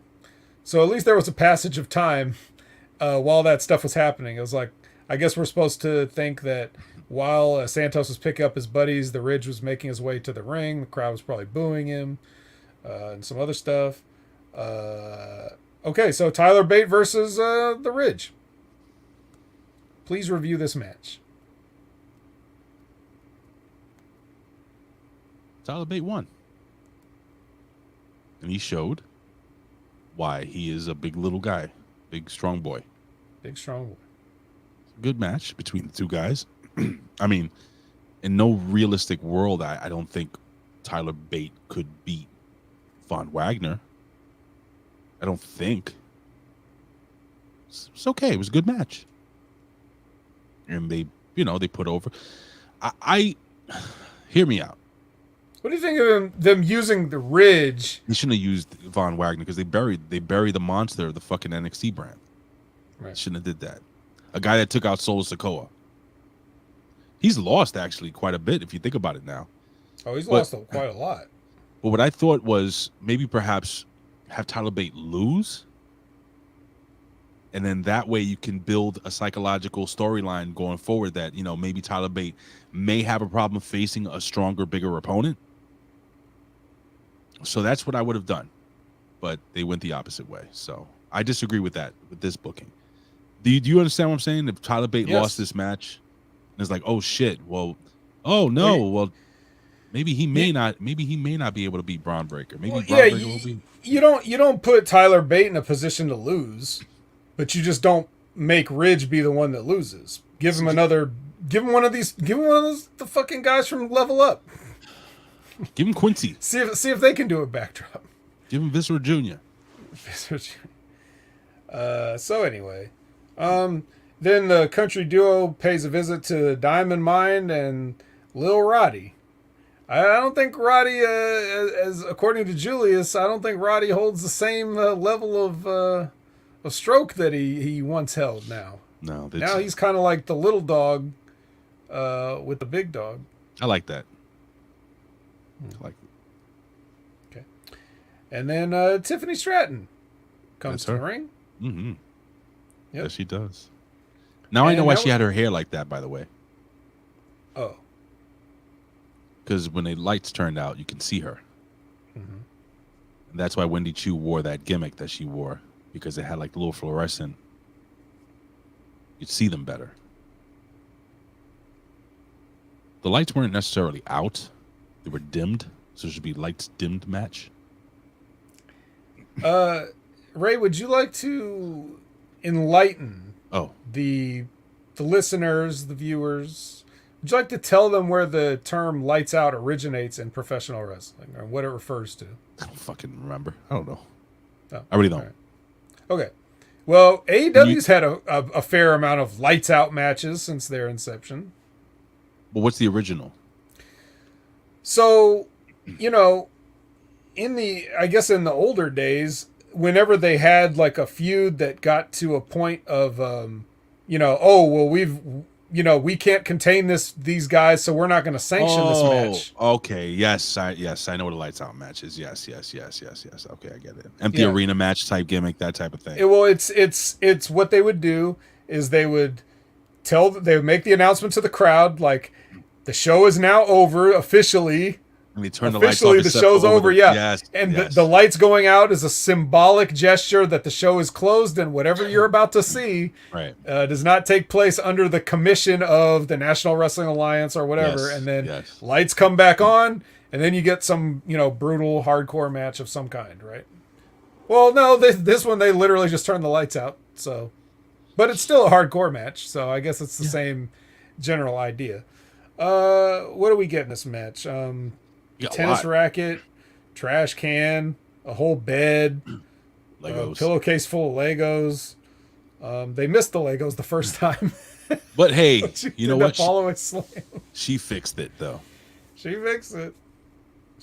I bet the ref probably told her, "Hey, go fix it." Did you like when the ref counted 3? He just brushed the Legos to the side with his hands. So I don't want to get no Lego hands, bro. Bet you've been around kids, right? Have you? You have any nephews, nieces? Are you gonna ask me if I ever stepped on a Lego? Have you? Probably. Bro, that shit is fucking brutal. Brutal, Bob. Aiden was 6 or 7. And this little son of a bitch left his Legos in the hallway on the way to the bathroom. Now, I had fallen asleep before his mother, and I proceeded to go take a leak. I stepped on a Legos in the hallway, and the pain was so bad I actually released piss into my underwear, and I had to take a shower. Not all of it, like when you get the shock piss. That's how much it hurt. Listen, this was indie-tastic, this match. It was a spectacle type match. I thought both girls really sold the fuck out of this match. I loved Stratton going through the fucking bed, which led to the finish. The crowd wanted a table. Little did they know that a bed is just a table you sleep on all the time. Absolutely. This was a fun match. By the way, I'm surprised Wendy Chu didn't break her spine on that finish, because she landed terribly. She landed with her chest, so her body did the whole fucking bending U gimmick. She could have really hurt herself on that. Let's go back. Wendy Chu taking off the onesie, and she's wearing something a little more, form-fitting, which I really dug. I thought she looked good in that, and I think she's a wrestler in that moving forward. Go ahead, Vet. Still a onesie, but still a onesie, but a sexy onesie. Something that actually I think my wife owns something like that. And I like it. Right. I like it a lot. Vet, did you like this match? Well, of course not, but I like both the women involved, and I hope that in the future they get better than this. Tiffany's moonsault was Kurt Angle-esque. Kurt Angle was the best at missing that moonsault. You would think he would have learned at some point. He never hit it, did he? Has he ever hit it? I think they gave him one or two, like, okay, you can hit it. The way like Ric Flair would sometimes actually have to come off the top, and then all he would do is just like stick out one arm and hit the guy on the head. I mean, it's the typical Ric Flair. Yep, going over the top rope, running to the other side, climbing the top rope, getting slammed off the top rope. Yeah. Oh God! Once in a while. Oh God! Every once in a while, though. I can't say that all those missed Kurt Angle moonsaults, some from the top of a cage. Yes. I can't say that those didn't severely contribute to him breaking his neck 5 more times over the years. Like, not even that, man. Fucking just what do you call those things that anyway, I had a thought process and I totally blanked out. What do you call it when you have nerve damage? Severe nerve damage. There you go. That shit ain't fun, bro. But it ain't ballet. Hey, I love the way the show went off the air. We got a contract signing where they just sat down and signed contracts. Yep. Silent contract signing. No fighting. They just signed it, passed it off, signed it, passed it off. See what happens next week. I dug it. All right. I also liked it a lot. Well, you've made it very clear that you were a fan of this week's NXT. I really was, Vet. Well, that's good. I was thinking maybe it made you sick. No. But I guess that was an unrelated thing. Yeah. There's a cold going around here. Well, Vet, unlike Colin, I made it through. Did you know the last time we did a show, I had a toothache? A legit toothache, and I made it through. Oh, it wasn't a working gimmick toothache? It was a toothache? It wasn't a show toothache. Anyway. All right, Vet. What do we got moving forward, my friend? What do you mean? Where can they find me? Mm-hmm. Okay.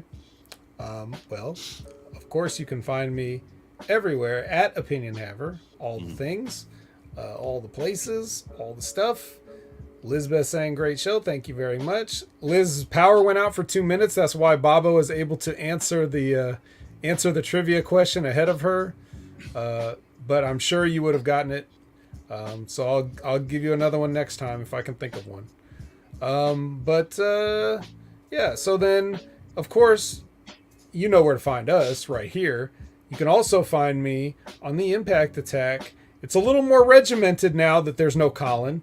We usually start very promptly at 9:30 p.m. Monday night on the West Coast and 12:30 a.m. Tuesday night on the East Coast for Impact Attack. And because I've been crossing over to the PWC so many times, I thought it was only right that I bring some of the PWC back with me. So I got Jimmy T on the Impact Attack this past week. If you guys have not got a chance to listen to Jimmy T, or you don't know what the PWC is all about, please check out the Impact Attack from whatever day that was, a couple days. It'll be I usually do it today, but I got a bunch of stuff to do with my son today, so I'm probably gonna have it up tomorrow in the morning on channelattitude.com. So the replay of this show, the replay of that show will be up on Channel Attitude if you guys did not see it or listen to it. So channelattitude.com, and check out, if you just search for the PWC network, and you want to just, even if you just want to see the stuff that I appeared on or Ray has appeared on in the past, or any of us have appeared on in the past, just check out the PWC Network on all your favorite podcast listening platforms, whichever one you prefer. They're on all of them, and YouTube. What else do I got going? They want us to do the Ridiculously Random podcast together. Hard no. What? That's a hard no. We will never do the Ridiculously Random podcast. Although while you were gone, what I was mentioning was that, you know, I know you like to talk about some stuff that's in the world, and you used to like to do that on that show, and now you don't have an outlet. We don't want you to bottle it all in and get your blood pressure up even higher than it already is and have you dying and everything. So, you know, if you're ever on the 3 count and you want to talk about some stuff, maybe I won't contribute to it very much, but you can certainly say stuff. Oh, I would appreciate that. Well, you know, actually, Ray, if you would ever pay attention to a word I say, you would have known that I said you can always talk about those things. I only said that my own involvement may or may not be limited depending on the subject matter. But you're always free to talk about anything you want to talk about here on this show. This is as much your show as it is mine, if not more yours. So never feel like you have to fit it for me. But anyway, that's enough about me. Ray, where can they find you? Well, they'll find me doing dropping off my laundry up the block. Oh. They'll find me getting some groceries. Don't stop this man, guys. Don't. God damn it. Jinder Mahal, you find came him. so late. Nice He was to here have the you whole time. Oh, you can find me at Big Ray Hernandez on social media, on TikTok, on Twitter, and on Instagram. Now I'm going to do what I have to do and then hopefully rest the rest of the day because I feel like shit. But I appreciate you guys. I really, really, really fucking love you guys for coming on every single week. And thank you for joining us for another edition of the Ridiculously Random Podcast with Big Ray and the Vet. Vet, say goodbye. Don't do that. Canada Spaceman Hyper X.